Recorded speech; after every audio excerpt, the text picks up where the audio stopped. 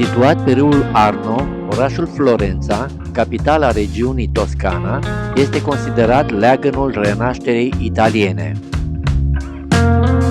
Aflat multă vreme sub conducerea familiei Medici, orașul a cunoscut îndelungi perioade de dezvoltare economică, artele fiind la mare preț, iar artiștii primind comenzi importante conform talentului și renumelui lor.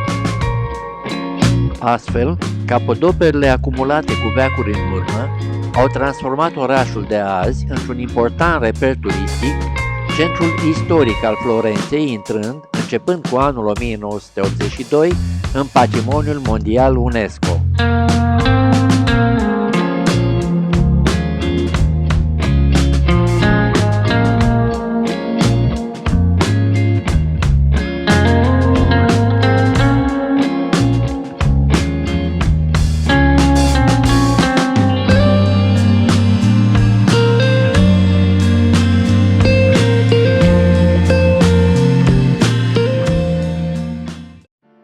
Piața de la Signoria este piața principală a Florenței, sediul puterii civile și inima vieții sociale a orașului.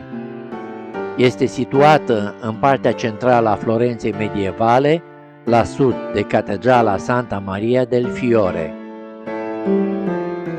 Odată cu construirea Palazzo della Signoria, 1299-1314, piața a devenit centrul vieții politice a orașului, în antiteză cu centrul religios din Piața del Duomo,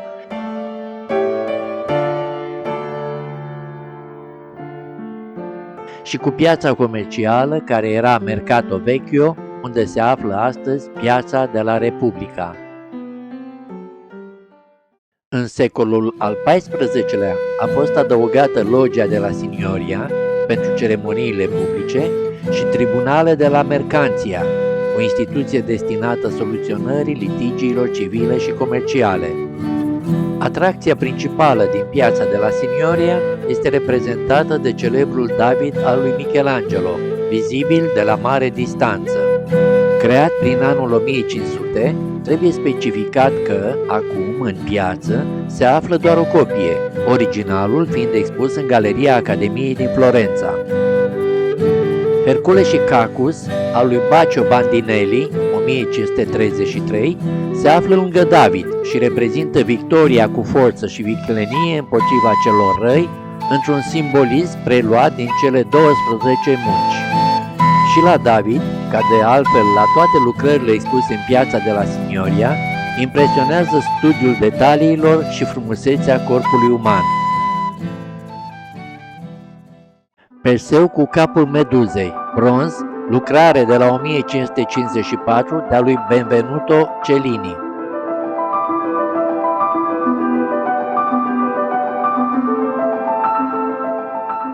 În imediată apropiere, o foarte frumoasă lucrare de-a lui Pio Fedi, Răpirea Polixeniei, 1865. Leii Medici au fost instalați în Loggia dei Lanzi în 1789. Fiecare leu are în stăpânire o bilă, simbol al celor 6 blazoane ale casei Medici. Grupul Paschino, cunoscut și sub numele de Menelaus purtând trupul lui Patroclu sau Ajax purtând trupul lui Ahile, este un grup de sculpturi din marmură care copiază un original elenistic din bronz, datând aproximativ din anii 200-150 înainte de Hristos. Sunt cunoscute cel puțin 15 copii romane din marmură ale acestei sculpturi. Răpirea Sabinelor a lui Giambolonia a fost găzduită de Loggia începând din anul 1583. În plan secund, o altă lucrare a lui Giambolonia, Hercule și Nessus, 1599. Un alt reper ce nu poate scăpa cercetării turiștilor este fântâna lui Neptun. Fântâna, comandată de Cosimo I de Medici, mare duce de Toscana, a fost proiectată de Baccio Bandinelli și executată de Bartolomeo Amanati.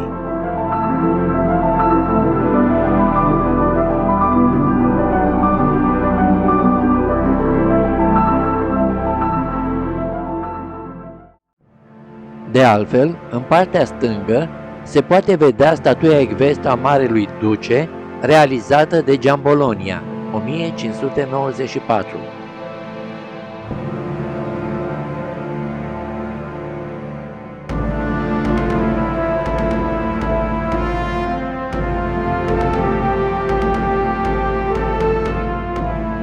În partea dreaptă observăm Marzocco, leul heraldic al Florenței, acesta fiind o copie a lucrării realizate de către Donatello.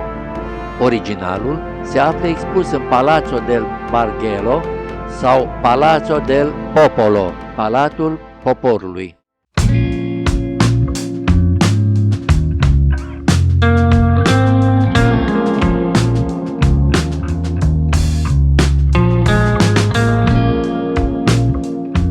După ce ne-am propus o trecere și pe la celebra cafenea Rivoar, am pătruns în incinta palatului.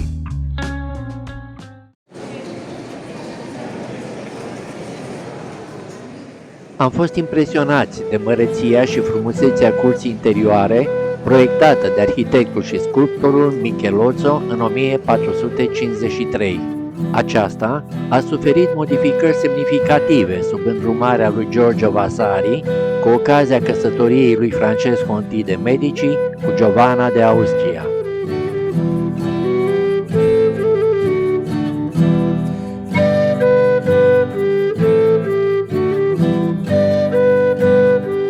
De remarcat și frumoasa fântână de porfir, creație a aceluiași Giorgio Vasari. Frumusețea fântânii este completată de copia lucrării lui Verrocchio, Îngerașul cu delfin, originalul fiind protejat în interiorul palatului. Se spune că, la realizarea acestei lucrări, ar fi participat și Leonardo da Vinci. Situat la primul etaj, salonul celor 500, cea mai mare încăpere a palatului, a fost construit la comanda călugărului Girolamo Savonarola, în perioada în care acesta, devenit stăpânul de facto al Florenței, a fost inițiatorul unor reforme populare ale instituțiilor Republicii Florentine.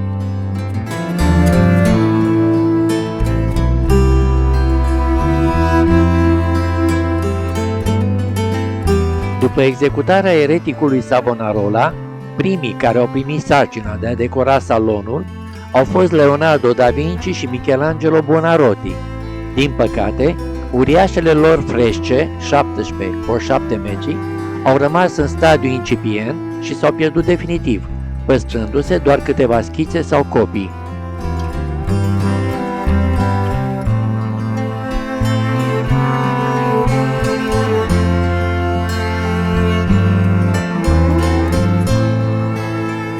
Frumusețea decorațiunii salonului, așa cum poate fi admirată ea azi, îi se datorează lui Giorgio Vasari, la comanda ducelui Cosimo I de Medici.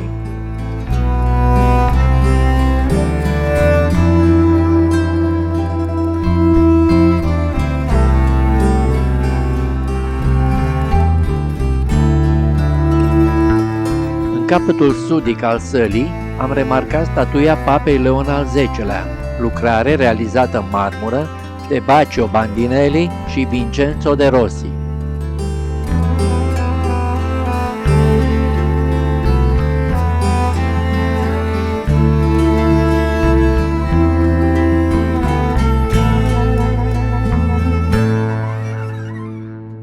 Tot aici poate fi admirată o renumită lucrare de-a lui Michelangelo, Geniul Victoriei. Lucrarea, realizată în anii 1533-1534, a fost destinată inițial mormântului Papei Iulius al II-lea, dar a fost amplasată în această sală de Vasari.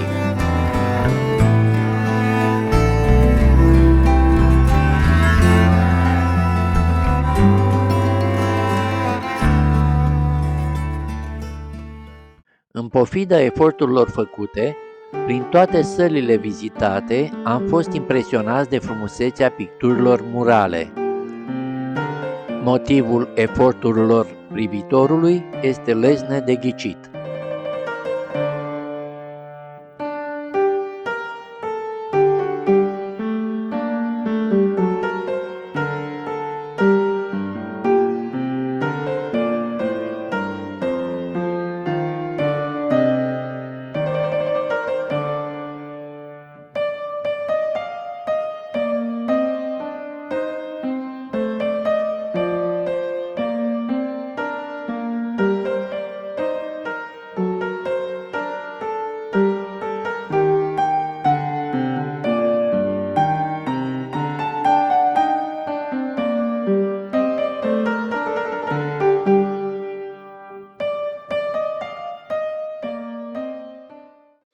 Una din cele mai spectaculoase încăperi este, fără îndoială, Camera Elementelor. Fresca centrală de pe tavan este rezervată elementului aer, mutilarea lui Uranus. Saturn, timpul, supărat pe tatăl său, Uranus, aerul, pentru că l-a închis la naștere, complotează cu mama sa, Gaia, pământul, și îl castrează cu o seceră făcută din pământ. 3 dintre pereți sunt dedicați pământului, Saturn primind darurile pământului, focului, forja lui Vulcan, și apei, nașterea lui Venus.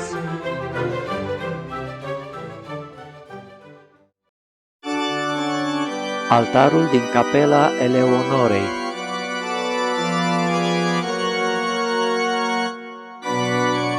Pe bolta capelei sunt înfățișați Arhanghelul Mihail învingându-l pe diavol, centru, Sfântul Francisc primind stigmatele, dreapta, și Sfântul Ioan Evanghelistul, stânga. La un moment dat, atenția ne-a fost reținută de celebra mască a lui Dante Alighieri, mască realizată din Ipsos și donată în anul 1911 primăriei Florenței de către istoricul literaturii italiene Alessandro d'Ancona. Pe calea vieții ajuns, la jumătate, mă regăsi într-o pădure obscură, căci drumul drept lăsasem al străbate. Nu-i lesne, vai, a spune în ce măsură era de cruntă, deasă și încălcită, că și azi tresar când gândul ei mă fură. Cu prea puțin e moartea mai cumplită, dar până a spune cum am dat de bine, voi depăna, pățită cu pățită. Capela Priorilor, Madonna cu Sfinții Ioan și Elisabeta, Fra Mariano da Pescia.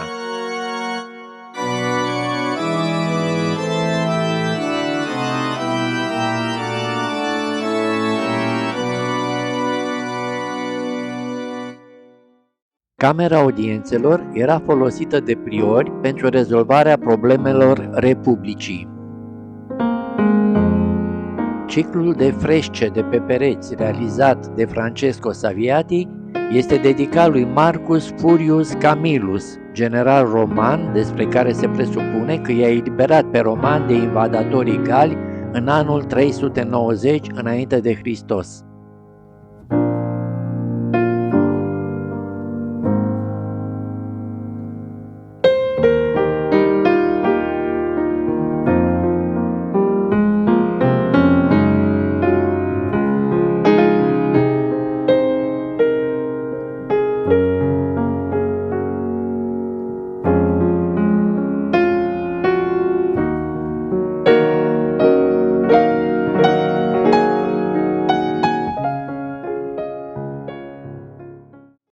Am avut șansa să prindem expoziția Michelangelo e il Potere, temă prin care a fost cercetată relația pe care a avut-o marele renascentist cu puternicii zilei. Montată în sala audiențelor și sala crinilor, sunt expuse peste 50 de lucrări, picturi, sculpturi, desene, scrisori, mulaje din Ipsos. Sunt lucrări atât ale lui Michelangelo, cât și ale artiștilor contemporani cu care acesta a colaborat. Piesa principală a expoziției este Brutus, sculptură marmură ce aparține muzeului Bargello din Florența.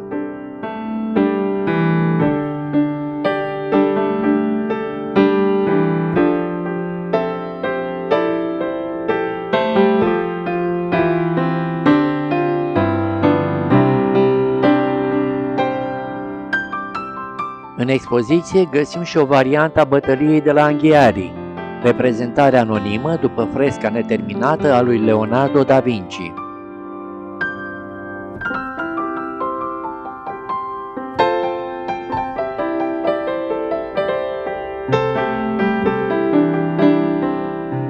Iudita și Holofern, bronz realizat de Donatello spre sfârșitul vieții sale.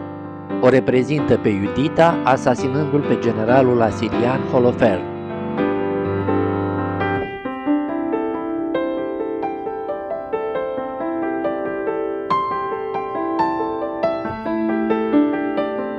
Realizată între anii 1501 și 1504, statuia a fost amplasată inițial în piața de la Signoria, dar în anul 1873 a fost mutată, pentru protecție împotriva intemperiilor, în galeria de la Academia din Florența. Acum, în piață, se află amplasată o copie a celebrei statui. Lucrare refuzată la plată de cardinalul Rafael Riario, considerând-o păcătoasă, un simbol al dorinței sexuale. Noaptea, copia uneia din cele două capodopere realizate de Michelangelo pentru mormântul lui Giuliano de Medici. Și, în fine, copia celebrei Pieta, capodoperă ce se află sub protecție specială în Bazilica San Pietro din Vatican. Traversând vechea cancelarie, ne întâlnim cu Niccolò Machiavelli, diplomat, filozof, politician și scriitor italian. A lucrat în această cancelarie în calitate de contabil începând din 1494, iar din 1498 și până în 1512 ca secretar al Consiliului celor 10. În mijlocul cancelariei, pe un piedestal înalt, regăsim îngerașul cu delfin al lui Verrocchio, adus din prima curte. Sala hărților geografice, sau guardaroba, a fost o încăpere ambițioasă care și-a propus să reprezinte lumea cunoscută a secolului al XVI-lea prin expunerea unei colecții de artefacte și picturi murale de cartografie, toate văzute în relație cu instrumente științifice de timp și astronomie.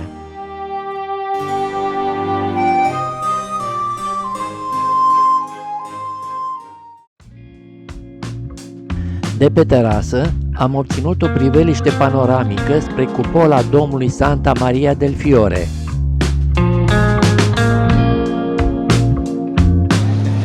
Dar despre acesta, despre Uffizi și alte repere de interes turistic într-un episod viitor.